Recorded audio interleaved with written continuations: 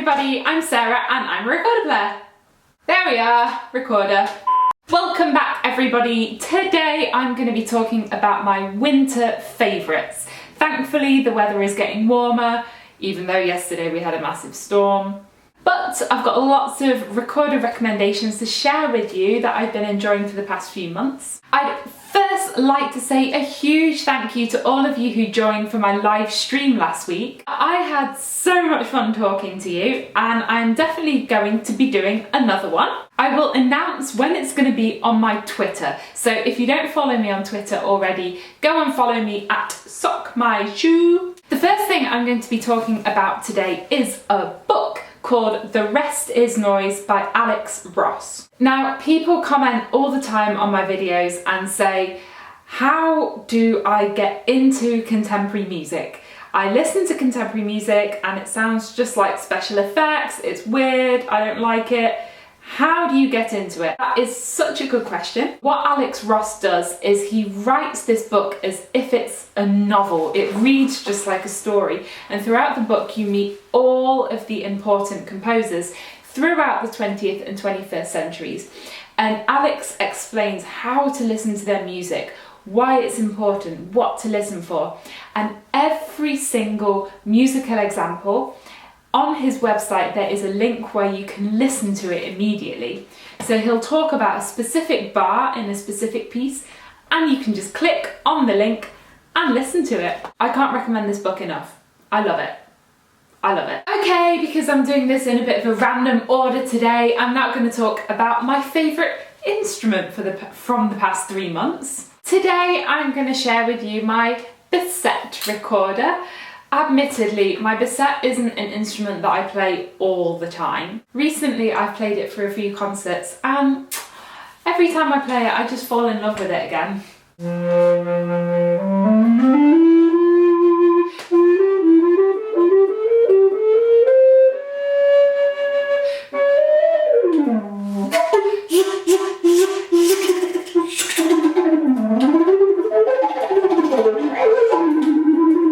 It's made by Yamaha. I bought it with a 440 joint in the middle and also with a separate 415 joint.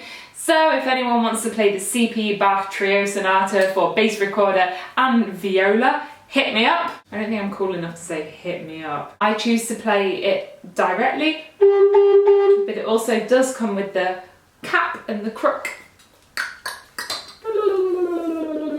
On to pieces. I have been playing a lot of new pieces the past months. We have a new programme with the Royal Wind. I've been practising for a competition. But the piece I'm going to share with you is actually an aria by Handel. And it's from a piece called Tra la fiamme. And it's the last aria in it. And it's honestly my favourite piece of Baroque music ever written. It's so grand, so grandiose. Play a little bit. Can you hear this?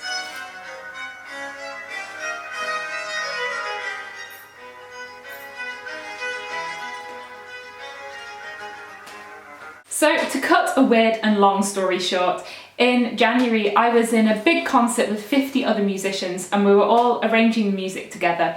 And we made a version of this Handel with this bizarre orchestra made up of 50 random instruments, and I was playing the recorder. I was also clog dancing, there was a tap dancer, there was live electronics. And the thing with this piece by Handel is that it's just timeless music. We arranged it as a kind of modern pop song. Now, I know that that's not how Handel would authentically have been played, but this was an occasion where the idea was to mess around with music and make new versions of it, and it just worked so well. This bass line, dun dun dun dun dun dun dun dun dun dun dun dun dun dun.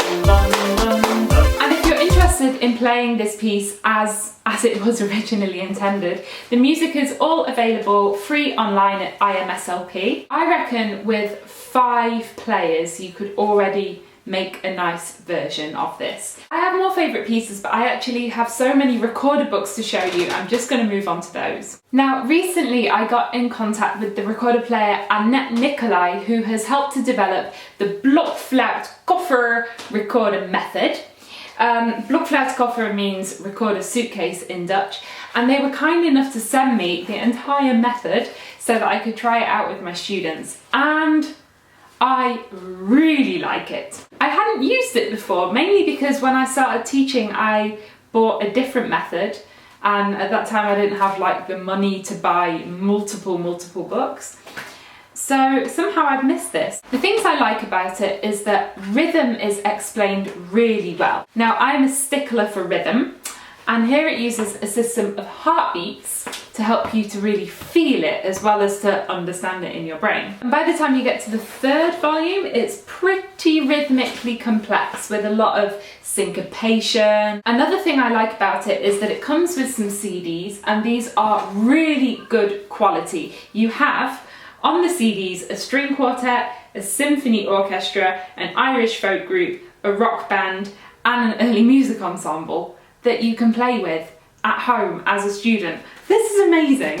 And the other thing I like about it is that it teaches you to be very imaginative. For example, in the first book we have playing with birds, different ways of improvising together. And it comes with separate piano books, so you can use the CD, but as the teacher you can also choose to accompany your students on the piano. And yes, it is in Dutch. The musical material is really good, so even if you don't speak Dutch, it could really be worth it to have music to play with your students. Aside from that, Blokfluitkoffer, shall I just translate it for you, because I also do translation work from Dutch to English. I'm just going to throw this out there because I think this could be really interesting for an English-speaking audience. I recently bought another set of books, and that is Workshop Bass Recorder, Learn How to Play a Bass Recorder in an Ensemble. Now, most people, when you're playing the bass or the basset, you will be in a group, you will be functioning as the bass line. And that function is just as important to practice as the instrument itself. So these books don't only teach you how to read in the bass clef and how to get to grips with the instrument, but they teach you how to play the bass line. So in the very first one, we have soprano, alto, tenor, and basset, and here you're playing da, da, and it gradually builds up until in book 3, you're actually playing a Telemann duet with another bass recorder. The range of repertoire and styles in these books is great. So each book comes with a whole load of stuff. You have the ensemble music as a score, and you have the separate parts, that's for the tenor, that's for the soprano, and you have an extra insert full of information about learning to play the bass recorder. Now, each one of these books, 1, 2, and 3, has an insert with information.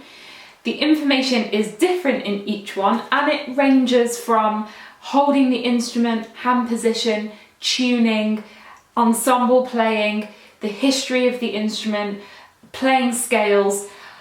There is so much. The only thing that I find a bit of a shame, it would be good to have all of this information just in one place, and now it's kind of spread out over 3 books, almost a little bit randomly. So far, this has been the most comprehensive method for playing the bass recorder that I have found. If you disagree and you have a better one, then please inform me about it.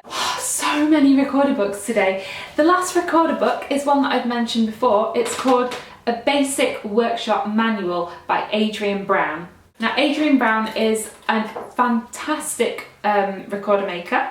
He mainly makes consort instruments, and this book is talking about daily care and maintenance, oiling, cleaning the block, but also how to revoice, how to retune an instrument. He really goes into the physics of building a recorder. For example, a bore diagram for a Baroque recorder. Basically, if you're interested in how recorders are built, this book is essential. It's so interesting, and while half the stuff in the book I wouldn't attempt myself, it's really interesting to read about it. The next thing I'm going to talk about is a recorder.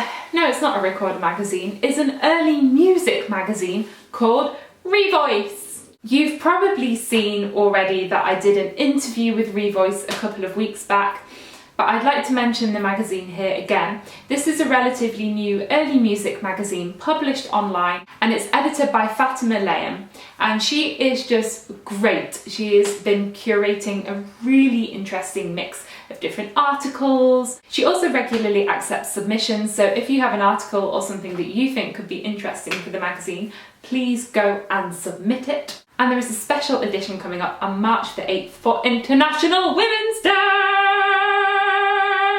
Okay, I'm going to talk about a few CDs now. The first album I want to talk about is by an Israeli recorder player called Tali Rubinstein. I just have it here on my phone because I bought it from iTunes. Tali is a jazz recorder player. Can you play jazz on a recorder? Well, I think the answer is, of course, if A, you can actually play the recorder, and B, you can actually play jazz. Quite a lot you see jazz musicians who are probably actually trained saxophone players playing something on the recorder. While they sound fantastic as a jazz musician, their command of the recorder as an instrument isn't so great.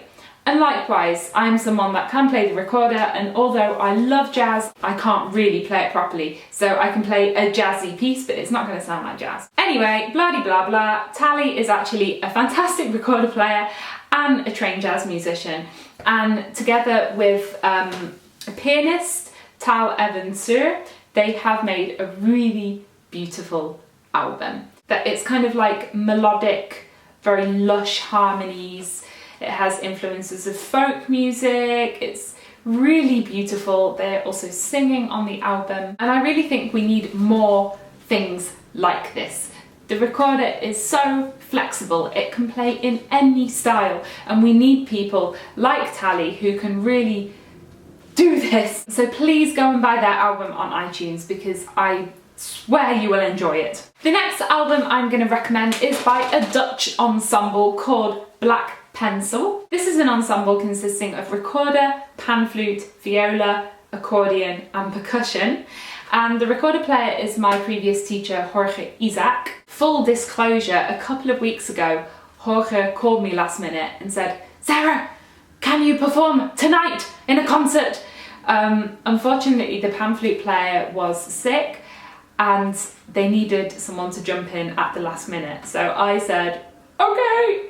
And somehow we rehearsed 9 pieces in one day and I performed that evening.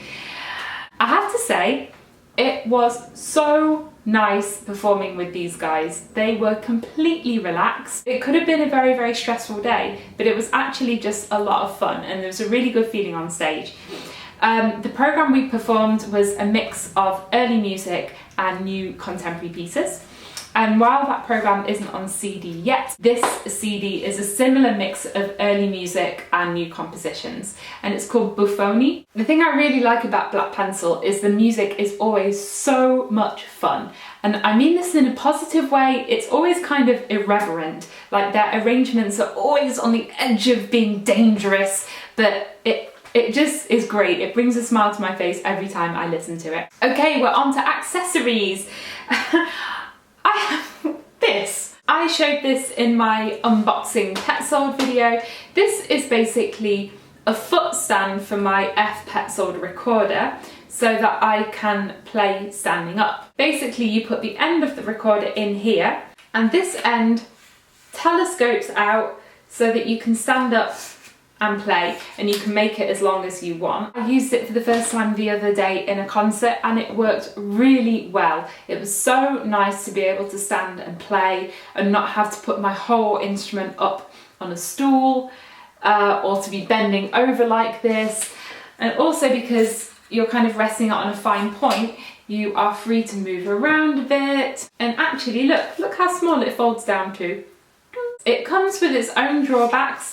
For example, you can put it in the stand, but then you have to turn the instrument upside down, which is like a whoa. If I'm playing with amplification with a microphone, I could see this being a bit of a problem because then I would have cables, but then I could just use my wireless mic. At this concert I chose to just lie my instrument down on the floor, which is a bit of a shame because I usually like to leave it standing up because it looks really cool. So I'm basically very happy with this. I always talk about a little makeup-y thing in the channel. When I'm performing, my makeup tends to just slide right off my face because I'm, I don't know, moving around or sweating or standing under the lights. So I have found a couple of products that really help my makeup to stay on.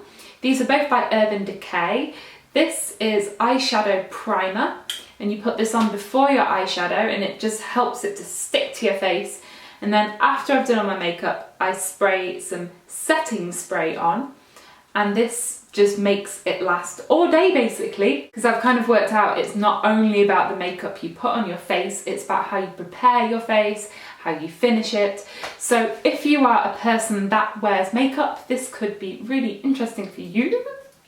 And the last thing that I'm really enjoying, and I'm going to show you, is that I actually have a new camera. Just before Christmas, I invested in this camera. This is a Canon 70D, and I also got a stand to go with it, which you can kind of see there. Basically, up until then, I had actually been filming videos on my phone, but I wanted to upgrade, and I'm really happy with this camera. I'm still working out how to use it, so in my previous video about covering the N-hole with your knee, oh, something went wrong. It looked really dodgy. So the quality might go up and down a little bit in the coming videos because I'm still working out how to use this piece of technology. But I'm really happy to at least be on the road to taking this channel up a level. I hope that this video was kind of coherent. I feel like I've been rambling a lot. What have you been enjoying these past 3 months? So many of the recorder things that I've been getting into have been because you have recommended to me. So please keep doing that. Recommend them for each other. I will put links to everything I've talked about today down in the description box so you can figure out where to order it. If you haven't already subscribed to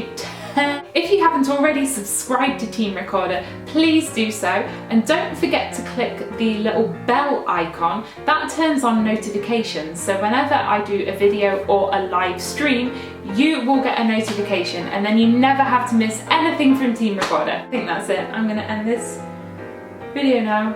Thanks for watching and have a great day.